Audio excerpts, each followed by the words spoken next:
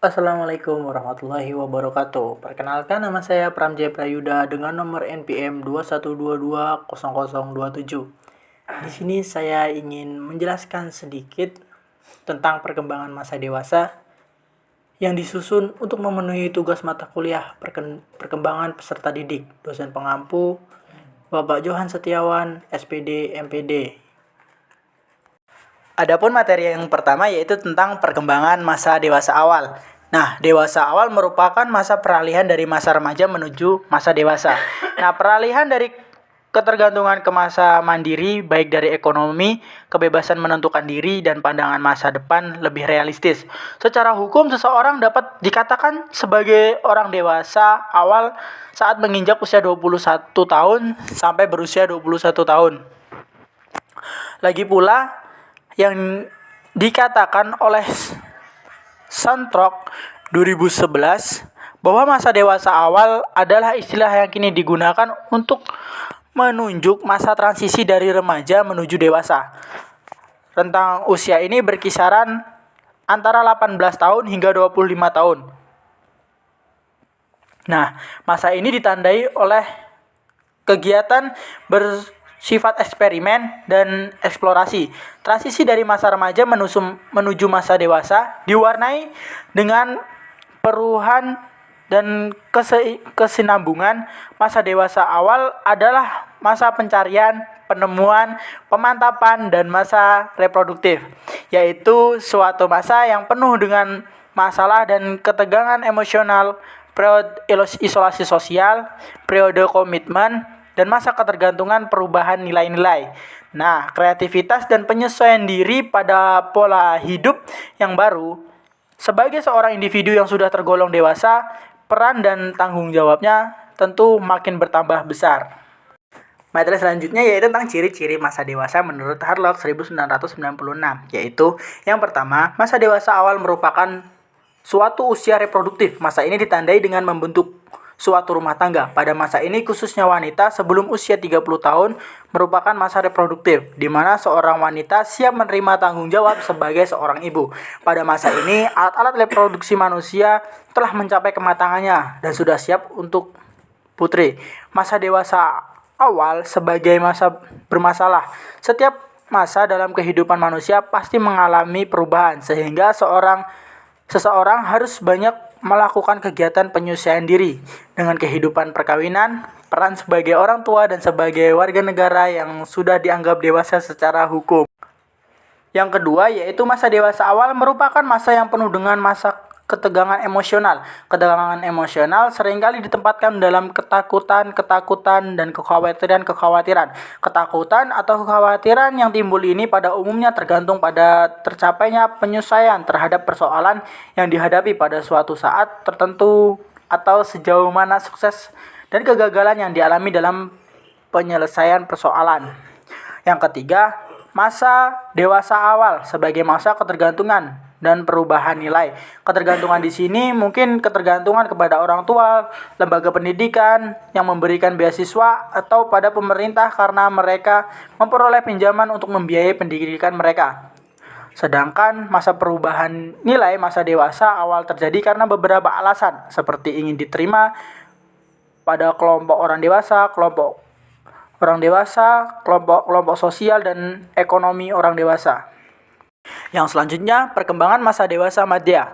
Masa dewasa pertengahan middle age atau usia madya atau disebut juga setengah baya atau paruh baya adalah masa usia antara 40 sampai dengan 60 tahun yang biasanya ditandai oleh adanya perubahan fisik, mental, dan minat.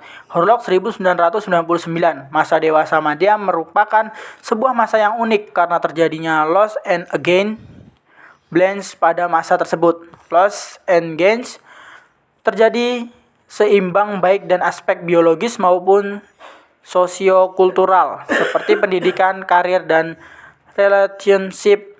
Santrok 2012. Selanjutnya, karakteristik masa dewasa madya. Yang pertama, usia madya merupakan periode yang sangat ditakuti. Yang kedua, usia madya merupakan masa transisi. Yang ketiga, usia madya adalah masa stres. Yang keempat, usia madya adalah usia yang berbahaya. Yang kelima, usia madya adalah usia yang canggung. Materi yang selanjutnya yaitu perkembangan masa dewasa akhir. Pengertian masa dewasa akhir. Masa dewasa akhir disebut juga masa penutup dalam rentan hidup pada seseorang, di mana masa ini bisa dikatakan masa yang beranjak jauh dari kehidupan atau masa sebelumnya. Dalam pandangan psikologi, masa tua dan lansia memiliki umur sekitar 60 sampai meninggal, di mana pada usia ini terjadi penurunan kekuatan fisik dan penurunan daya ingat seseorang, perkembangan fisik dewasa. Banyak perubahan fungsi organ yang semakin menurun dalam masa dewasa akhir ini, seperti menurunnya beberapa sistem saraf, kemampuan berpikir otak. Penjelasan lebih lanjut seperti materi selanjutnya. Yang pertama yaitu tentang daya ingat atau memori. Penurunan kemampuan mengingatkan pada lansia semakin lama akan semakin menurun. Kecepatan dalam mengingat sesuatu kejadian sangat lambat. Hal demikian setara dengan penyakit tua yang disebut pikun. Untuk mencegah terlalu banyak fungsi memori yang melemah, bisa dilakukan dengan melatih memori dengan memperbanyak baca, berzikir, dan mendengarkan cerita dari berbagai macam media atau seorang pendamping. Yang selanjutnya, indera penglihatan, mata. Penurunan penglihatan akan semakin dirasakan pada masa lansia. Bahkan pada masa sebelum lansia atau masa dewasa, tidak sedikit dari seseorang mengalami rabun jauh ataupun rabun dekat. Pada umumnya di masa ini lansia akan menderita presbiopi atau tidak bisa melihat objek dalam jarak jauh. Yang selanjutnya, yang ketiga yaitu indera pendengaran atau telinga.